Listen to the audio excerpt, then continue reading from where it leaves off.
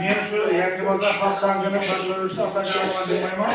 Bugun 25-yil 13-mart kuni biz namozlar bu tadbirkorlar bilan muloqot suhbatimiz bor. Eng birinchi navbatda bizlarga mijoz bo'lganlar uchun bankaga kelmoqda, tadbirkorlar tarafdan bizlarga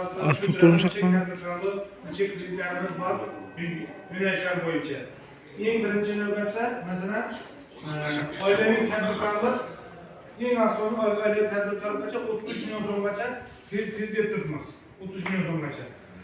Bu foiz stavkasi 17,5%dan. 17,5%dan oilaviy tadbirkorlarni tashkil qilish. Kredit muddati 36 oydan 84 oygacha. 36 oy ham bo'lishi mumkin, 48 oy ham bo'lishi mumkin, 84 oygacha ham bo'lishi mumkin. Bular asosan limon sotib olish, motokultivator sotib olish, uzumchilik, 84 oyga ajratiladi. Mesela motokultivator olishimiz mumkin, mol olishimiz mumkin, parranda, baliqchilik, parni, bu masalada bo'lsangiz hozir 30 million so'm kafilsiz, garovsiz